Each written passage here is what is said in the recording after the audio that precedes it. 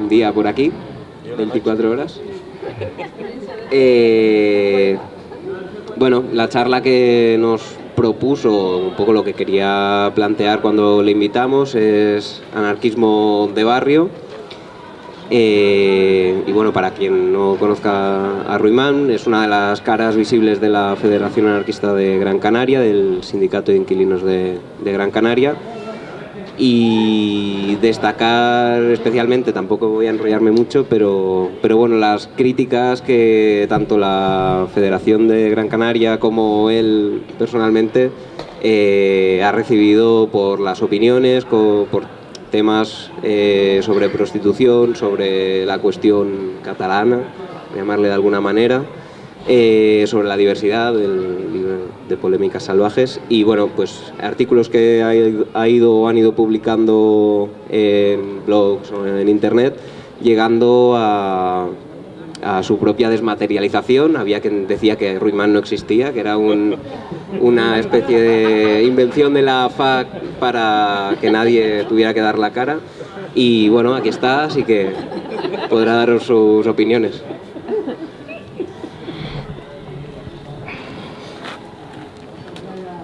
Pues buenas tardes, muchas gracias antes que nada al local por la invitación. La verdad es que para mí es un orgullo estar aquí, y no solo para mí, sino para toda la Federación Anarquista de Gran Canaria, que somos pocas, pero principalmente para las vecinas del Sindicato de Inquilinos de Gran Canaria, que ya somos unas 600 o así. Y estas vecinas están muy orgullosas de que se oiga nuestra voz aquí en Barcelona, sobre todo en estos momentos. Incluso a algunas les hubiera gustado acompañarme, pero no han podido porque las compañías aéreas se han dedicado a asustar y a decir que no podía garantizarse el regreso si viajábamos aquí, que nos íbamos a quedar secuestrados en Cataluña. Pero sí, ha sido muy fuerte. Pero bueno, están aquí aunque sea en espíritu. Pues la cuestión del anarquismo de barrio que plantea la FAC no es nada novedoso, ni es nada que hayamos inventado nosotras, ni es nada nuevo siquiera. El anarquismo históricamente ha crecido cuando ha sabido leer su momento histórico. Cuando han habido revueltas campesinas, ha sabido propiciar la ocupación de tierras incultivas. Cuando ha habido problemas de desalojos, fue el anarcosindicalismo el que primero, antes que la PA o ninguna otra organización, levantó esa tradición de parar desahucios a través de muros humanos y creó los primeros sindicatos de inquilinos. Es decir, el anarquismo de barrio siempre ha existido, en tanto en cuanto el anarquismo se ha basado en representar las aspiraciones de los que no tienen nada. Cuando ha cambiado el perfil social de los anarquistas, y estos han pasado a ser mayoritariamente, sobre todo después de 1968, de clase media, pues han empezado a representar los ideales de la clase media y sus reclamaciones. Lo que está pasando en Gran Canaria es que estamos haciendo anarquismo las pobres, los que no tenemos nada, los que no hemos cursado estudios superiores, los que somos trabajadores manuales, las que no tenemos donde caernos muertas. Y por eso allí está surgiendo un anarquismo de barrio que no es nada teórico, que no es nada discursivo, sino que es muy, muy práctico y muy a intentar solucionar el día a día de la gente. Como digo, esto no es algo nuevo. Los primeros sindicatos de inquilinas se crean, por ejemplo, en Argentina, los crean mujeres como Virginia Volten, que protagoniza esas huelgas de alquileres en 1907 y 1909, las famosas huelgas de las escobas, porque salían a la calle con escobas para barrer la injusticia, y son las primeras que hacen huelgas de alquileres. Se sucede en Chile, se sucede en Sevilla, el profesor doctor Ballina organiza también un movimiento de huelga de alquileres y de protestas del hambre. En Barcelona, en 1931, hay un gran movimiento de huelga de alquileres, y la CNT y la FAI organizan un comité de defensa económica, que es un antecesor del sindicato de inquilinos. Y en 1933, en Tenerife, tenemos un sindicato de inquilinos, que es en el que se inspira la Federación Anarquista para para montar el suyo en 2017. Pero no solo ha sido en el tema de la vivienda, ha sido en todo. El anarquismo siempre ha sido fuerte y grande cuando ha mirado abajo. Cuando ha mirado arriba se ha perdido. Hoy se habla mucho de la Semana Trágica en Barcelona y se hace la comparación de hoy con entonces. El perfil de la gente que se levantó en la Semana Trágica no tiene nada que ver con los jóvenes, muchos de ellos menores de 18 años que hoy vemos en las calles. Quienes organizaron el motín de la Semana Trágica fueron prostitutas como la 5 Céntimos, la Larga, la Bilbaína, la Valenciana, que se negaban a que sus parejas, sus hijos fueran a morir a África por una guerra que no les concernía. Esas mujeres organizaron los primeros motines, levantaron las primeras barricadas y propusieron quemar las primeras iglesias. Es una tradición que ya no se secunda mucho. Pues estas mujeres fueron las que encabezaron esos levantamientos. Y hoy, sin embargo, cuando se habla de prostitución, pues es casi una lacra y no las queremos en nuestros movimientos, en muchos aspectos, lo cual para mí me parece vergonzoso.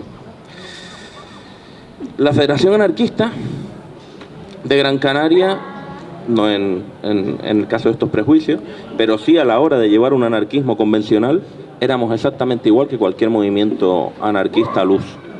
En 2011 la federación surge en el 15M. Éramos pocos, nos encontramos en las plazas. Al principio nos llamaban el bloque negro, porque esa impresión de gente con banderas negras y tal causaba impacto en la isla de Gran Canaria. Y sobre todo por la tradición de la que viene el anarquismo canario, que es muy conflictiva. En Canarias no hay tradición anarquista. El padre del nacionalismo canario, el Secundino Delgado, se consideraba anarquista, pero más allá de él no hubo nada. En los 30 hubo esos conatos en la CNT de sindicatos de inquilinos y de huelgas de alquileres, pero después el franquismo en las Islas Canarias fue muy duro. Masacraron a muchísima gente y se convirtió todos esos años en un erial. En los 70 hay un movimiento de objeción de conciencia que vuelve a reactivar el anarquismo, pero no vuelve a haber nada hasta el 15M. Es mucho tiempo un pueblo sin luchar. En el 15M, ya digo, nos encontramos e hicimos un anarquismo al uso, clásico. Le quitábamos la cabecera a los sindicatos amarillos, a comisiones y UGT, los echábamos de la tarima, montábamos disturbios, les pegábamos a los nazis, hacíamos cosas así, ¿no? Que están muy bien, pero que requieren muy poco trabajo. Lo haces un día y hasta el mes que viene descansa. Más o menos. Bueno, aquí hay más. Aquí quizás, aquí es distinto. Pues bueno, entonces era un anarquismo muy al uso, muy convencional. Unos compañeros les dio por redactar unas octavillas sobre apostasía y no consumir transgénicos, y entonces íbamos repartiéndolo por la calle tranquilamente, ¿no? Y en una de estas le entregué un flyer a un señor. El flyer ponía: no consumas transgénicos. Y el hombre me tocó en el hombro, me di la vuelta y miré el rostro de la persona a la que yo le acababa de entregar ese papel, y vi que era una persona que estaba en situación de indigencia. Tenía un pollo medio podrido con una capa importante de moho en la mano que acaba de sacar del contenedor, y yo le estaba entregando un flyer en el que decía: no consumas transgénicos. Por detrás ponía: no causes huella ecológica, usa bicicleta, y el hombre iba descalzo. Entonces a mí me causó personalmente un impacto muy fuerte. Me di cuenta de que el anarquismo que yo defendía estaba totalmente fuera de la realidad social canaria. Empezamos a estudiar cuál era la realidad canaria. Me gustaría preguntarles qué creen ustedes o qué opinan ustedes en dos palabras, qué opinión tienen de Canarias, pero ya me dirán si es distinta a la que yo les voy a decir, que se proyecta desde fuera. Sol, playa, palmera, 23, 25 grados de media, turismo, hamaca, bikini, mojito. Pues Canarias no es eso. Nunca lo ha sido, y aunque hoy se vende esa imagen, no tiene nada que ver con eso. En Canarias tenemos un 40% de población en riesgo de exclusión social. Somos oficialmente una de las regiones más pobres de la Europa política. Tenemos un 67% de población que manifiesta que es incapaz de llegar a fin de mes. En una población de 2.100.000, pues tenemos a la mayoría de la gente desempleada que nunca ha cotizado, que sus padres no cotizaron y que sus hijos tampoco van a cotizar. Tenemos un municipio como Telde, que es la segunda ciudad con más desempleo del Estado español, solo por detrás del puerto de Santa María, porque tuvieron que dividir el municipio, un barrio muy conflictivo del municipio, que es Ginamar, donde vivo yo, tuvieron que dividirlo en dos para repartirse dos municipios el paro tan grande que había, para maquillar los números. Tenemos muchos problemas de desnutrición infantil, tenemos muchos problemas de desahucio, en torno a los 1.500 por trimestre. Tenemos los alquileres más caros, de los más caros del Estado, con un 40% de subida, solo estamos por detrás de Madrid y Barcelona, pero nuestros salarios son los de Extremadura. Entonces la gente no puede pagarse un alquiler y la gente no puede comer.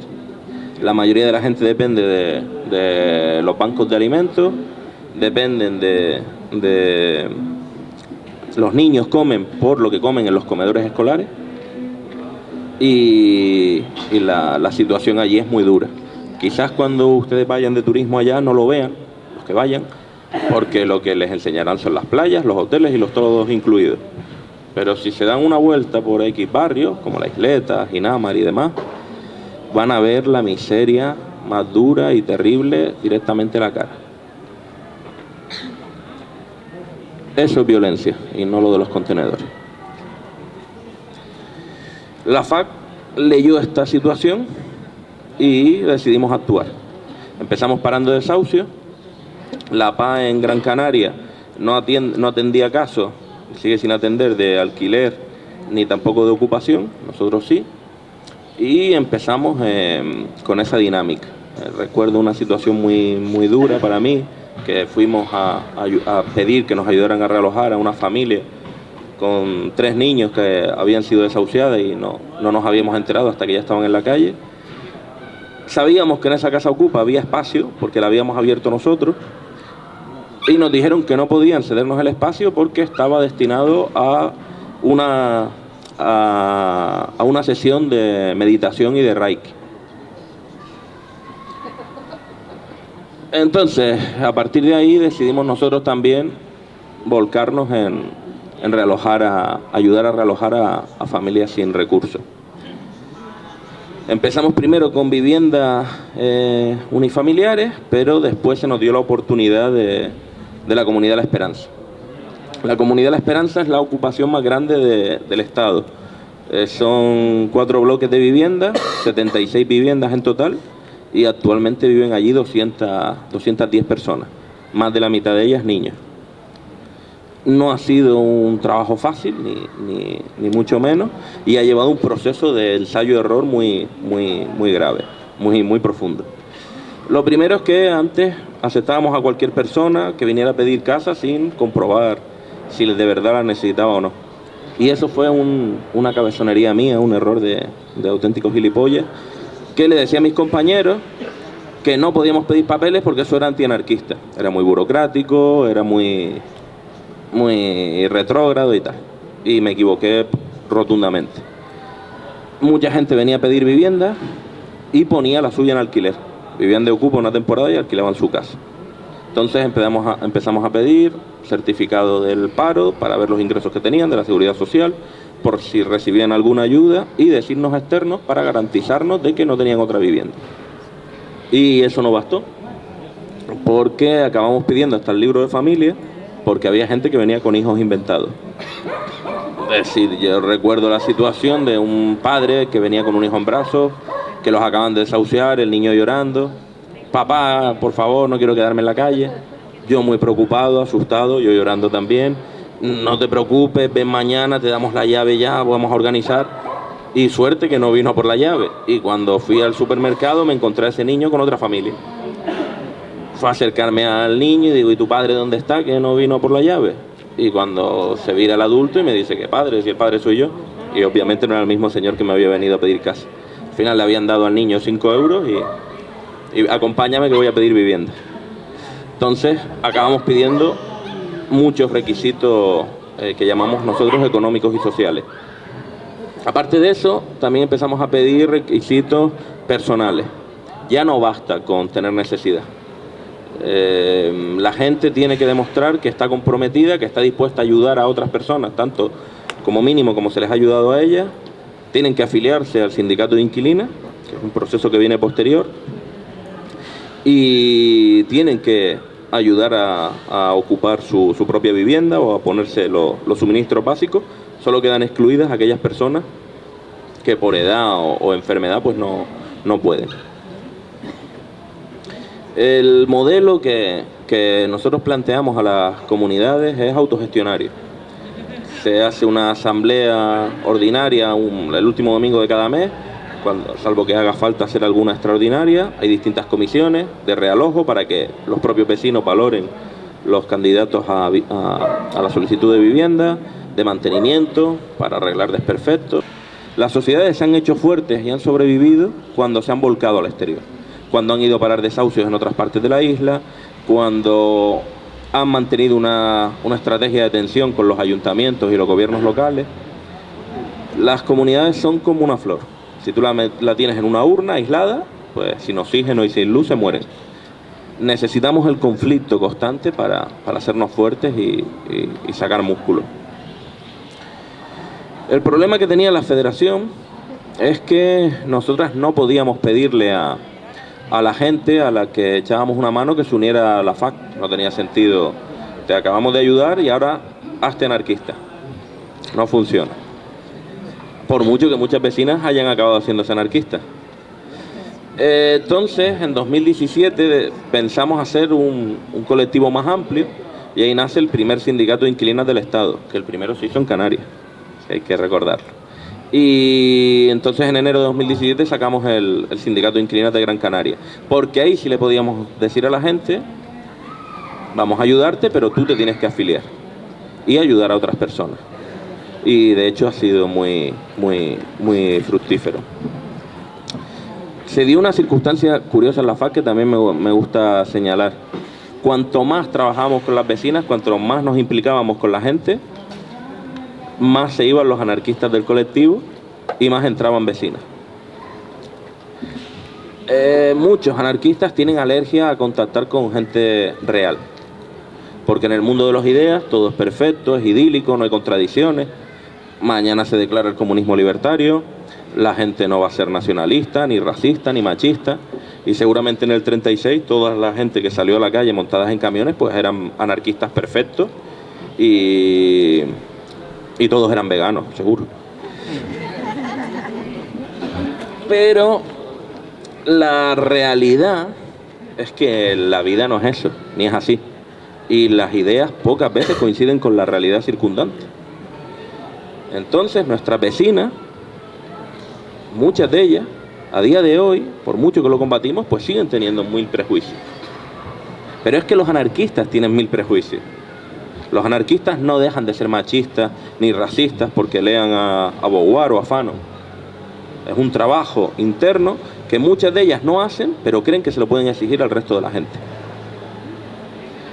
Y para que tú le exijas algo a los demás, como mínimo tienes que exigírtelo antes tú mismo. Lo que pasa es que lo exigimos mal.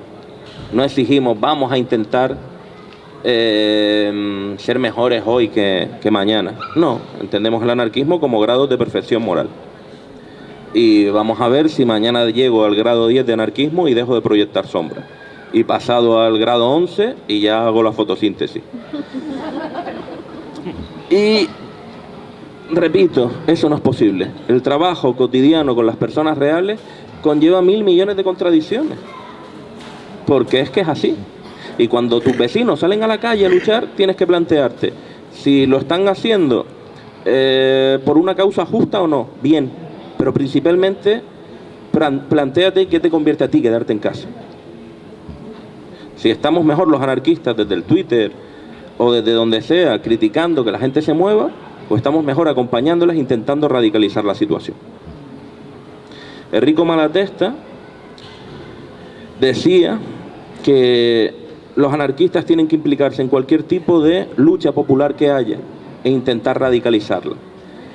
Si los vecinos están haciendo una protesta, decía él, para rebajar los alquileres, metámonos en esa lucha.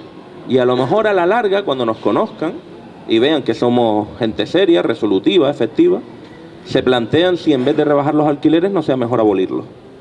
Pero primero hay que estar con ellos. Nadie le hace caso a alguien a quien no conoce. Malatesta era un reformista. Yo creo sinceramente que tenía razón. Antes de decirle a los compañeros catalanes desde fuera que lo que están haciendo en Barcelona es una estupidez, que son reos de la burguesía, que están ciegos de bandera, pues no sé, quizás haya que salir con ellos a la calle, llevarte algún pelotazo de goma y ver lo que están sacrificando la juventud catalana, que no es lo que está haciendo nadie en el resto del Estado. Quizás había que salir con ellos a la calle e intentar, luchando con ellos día a día en la barricada, si puedes ir incidiendo y estableciendo una hoja de ruta asumible por todos, en la que se plantee que quizás el problema de Cataluña no sea solo la independencia económica, la independencia política, perdón, sino que con unas instituciones libres, pero con un pueblo preso, no se cambia nada, y que a lo mejor hay que reclamar la independencia política, pero también la independencia económica. Que a lo mejor hay que romper con el Estado español, pero que a lo mejor también hay que romper con el capitalismo catalán. Pero para plantear eso, tienes que estar dentro. Desde fuera y desde Twitter no puedes, porque lo primero que te dicen es que eres un enterado y a nadie le gustan los consejos de un paracaidista. De esos 2.100.000 que les decía que somos, recibimos entre 13 y 15 millones de turistas al año.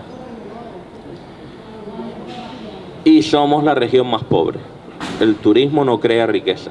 Se la crea a los 2 o 3 hoteleros, a Airbnb, a los 2 o 3 que se dedican al alquiler vacacional, pero al trabajador no le crea ningún tipo de dinero, de riqueza. Entonces ese modelo hay que combatirlo, y creo que Cataluña es un sitio muy propicio porque estáis viviendo la misma invasión. Desde allí, una actividad que estamos haciendo, que se ha practicado, es la huelga de alquileres. Hemos hecho 2, no han sido muy conocidas afuera porque la han hecho unas anarquistas canarias, pero aún así han sido muy, muy exitosas. Han habido pisos que se han querido vaciar de sus inquilinos antiguos para ponerlos en alquiler vacacional. Si una familia está pagando 300 euros al mes desde hace años, pues el rentista se da cuenta de que si lo pone en alquiler vacacional puede cobrar 300 euros a la semana, no por domicilio, ni siquiera por habitación, sino hasta por colchón. En Gran Canaria se están alquilando cuartos de lavadoras, cuartos trasteros. Hay familias enteras que viven en cuartos trasteros de 10 metros cuadrados y se están alquilando incluso sofás. Ahí tenemos un caso de un compañero que vino a asesorarse si estaba viviendo en un sofá y pagaba 125 euros al mes. Si era lícito que no le dejaran acceder al baño y a la cocina de esa casa, porque solo podían, en un contrato irregular que le hicieron, solo podía vivir en el sofá, acceder del hall al sofá, y ya está. Ese era el alquiler. Entonces la precarización de la vida nos ha llevado a eso, a herramientas como la huelga de alquileres. Este rentista quería echar a todos los inquilinos y subirles el alquiler 3 o 4 veces más. Como no lo iban a poder pagar, pues echaba a los inquilinos, que la mayoría eran migrantes. Lo que hicimos fue reunir a todos los vecinos. Digo, si tú no pagas hoy la renta, pues tienes un problema. Si no lo pagan 100, el problema lo tiene el casero. Si el casero tiene que echarte a ti, pues tú tienes un problema. Si el casero tiene que echar a 100, el problema lo tiene el casero. Todo el mundo se dispuso a dejar de pagar y el casero solo se le notificó que empezaba la huelga de alquileres y ya aceptó todas las demandas de los vecinos. No solo no rescindió los contratos de alquiler, sino que les bajó la renta e incluso les pintó el edificio. Hay un nivel de represión tan fuerte que a la gente le ha dado mucho miedo históricamente dar la cara. Y sobre todo que allí no es muy raro que te desaparezcan. Le estaba comentando antes a los compañeros que tenemos 2 prisiones, el Salto del Negro y Juan Grande, y en el Salto del Negro desde 1990 han desaparecido 8 presos. No que se hayan fugado, han desaparecido. Nadie sabe dónde están. Entonces allí entras en una comisaría, sabes que entras pero no sabes si sales. Hay una situación muy caciquil, muy dura, muy de que aparece gente enterrada tranquilamente en descampados y nadie se alarma, no es nada sorprendente. Entonces dar la cara allí es muy complejo. Se está haciendo y se está rompiendo el miedo. De hecho, se toma la decisión de que yo dé la cara y me haga portavoz porque la policía, los guardias civiles no paraban de pasar delante de la comunidad y delante de vecinos y de tal, pues sacaban la mano por la ventanilla y me amenazaban como que me iban a disparar. Entonces dimos el salto de ir a los medios, a hablar en prensa, que nunca lo habíamos hecho. Nos parecía que hablar en prensa era contrarrevolucionario, burgués, nos manipulaban, y es verdad, es una espada de Damocles, tiene su peligro y hay que usarlos como el veneno, contando la dosis. Pero gracias a eso, pues desde que empecé a salir en la tele y tal, dejaron de molestarme. Hoy tenemos cada vez más portavoces, intentamos que eso no se traduzca, el que da la cara, el liderazgo, pero hay que reconocer que es muy difícil conseguir el militante integral. Y el policía decir, no, me das tu DNI, aquí tienes mi carnet del sindicato de inquilinas y si no te gusta, llévame detenida, ya sabes, a ver si te atreves a detenerme. Y yo ver al policía cogiendo el sindicato, el carnet y apuntando el nombre y el teléfono del carnet. que es un carnet que hacemos a mano nosotros, ahora se los enseño. Es decir, que se ha roto bastante porque al pueblo, una vez está en una situación en la que ya ha ganado una victoria, es muy difícil hacer que retroceda, que pierda terreno. Ya esas mujeres han conquistado su techo. Todas las que vienen a pedir para pagar un desahucio, un realojo, son ellas. Entonces, cuando ya han parado un desahucio, se han cargado a la Sareb, se han cargado al Conde, es muy difícil cuando ya han tenido esas conquistas intentar que vuelvan a la situación de antes. Una vez te pones de pie, ya nadie puede tumbarte, es muy difícil.